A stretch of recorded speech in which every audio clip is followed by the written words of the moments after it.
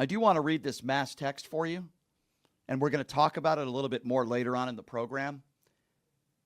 There are mass texts that are going out to African Americans in this country.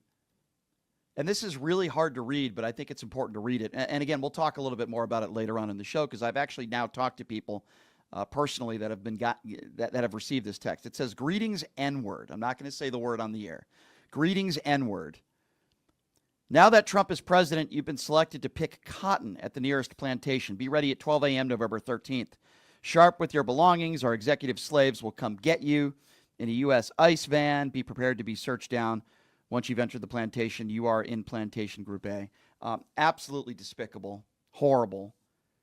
So I went to social media, and I didn't accuse Donald Trump of doing this. I didn't even accuse one of his supporters. But what I did say was, why doesn't Donald Trump hold a press conference if he really wants to bring people together and say, hey, you know what? When I'm president, we're going to find out who did this, and we're going to, put them behind bars, or something to that effect. Why is it that MAGAs, like people on my social media today, say, oh, that was the left, that was one of you people? Instead of saying, gosh, this is horrible, let's call this out, let's find out who did this, and we shouldn't tolerate this as Americans. That's what a normal, decent person would say, right? That was my first reaction. My first reaction wasn't, oh, it's Donald Trump. Oh, it must be a MAGA. I mean, it might be. I don't know. But that's not what I said. I said, this is horrible. And I wish that Donald Trump would bring people together, which he won't. But I wish he would and make some statements. Go on Truth Social. Whoever's doing this is not a supporter of mine. I disavow. Now, he'll never do that. He didn't do that with the Proud Boys. He won't do that with David Duke. The man's not changing.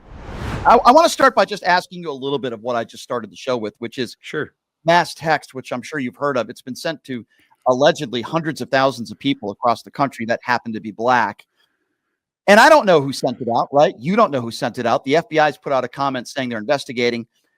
Wouldn't it go a long way if some of these MAGA dopes and even somebody like a Donald Trump went on Truth Social and said, this is horrible, I disavow, but they're not doing that, are they? We might get to the point, but all these are signals. All these are signs of what's to come. I want people to understand that there's going to be these little instances here and there as we march towards January 20th. And after January 20th, there's going to be little hints and signs as we go along. Another hint and sign to our credit is Jerome Powell yesterday was asked, will he step down if Donald Trump tells him to? And he said no. And then asked if there was legal means that he believed that Trump could remove him. He said no. So that's a signal too. These are all signals. These are all signs of what is to come and how our country is going to change.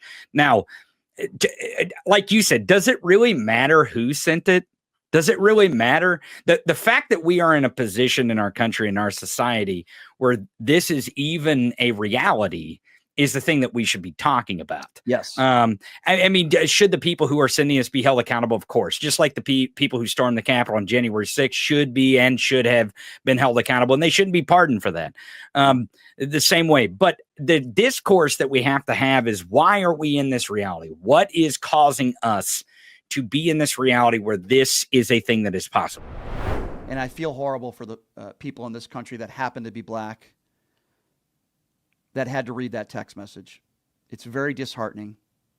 And whoever did this, the person or persons who did this, I hope get locked up, because it's terrible and it shouldn't be tolerated. So I went to social media today and I talked about it, and I said, man, wouldn't it be a great thing if all these MAGA people and Donald Trump even held a press conference, or even went on Truth Social,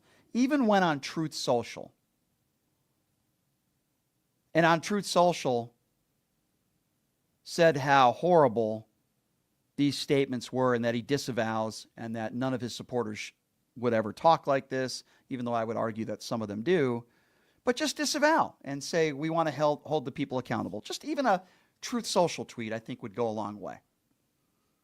He's not going to do that. And proof that some of his MAGA supporters aren't going to do it either. When I went to social media and I put up a video today, and I didn't accuse Donald Trump of doing this. In fact, I didn't even accuse one of his supporters of doing this, because I don't know. It shouldn't matter whether it's an R or a D next to your name. We all need to call out hatred and bigotry. And if you're not willing to do that, or you just want to blame one side for it, then you're part of the problem. And I had somebody who's done this show before go on social media and say it was one of your people that did this. Didn't say, gosh, this is horrible. Didn't say these statements are terrible. They're racist. They're bigoted. I'm so sorry. We need to find out who did this. Hold them to account. Went straight to blaming one side of the aisle.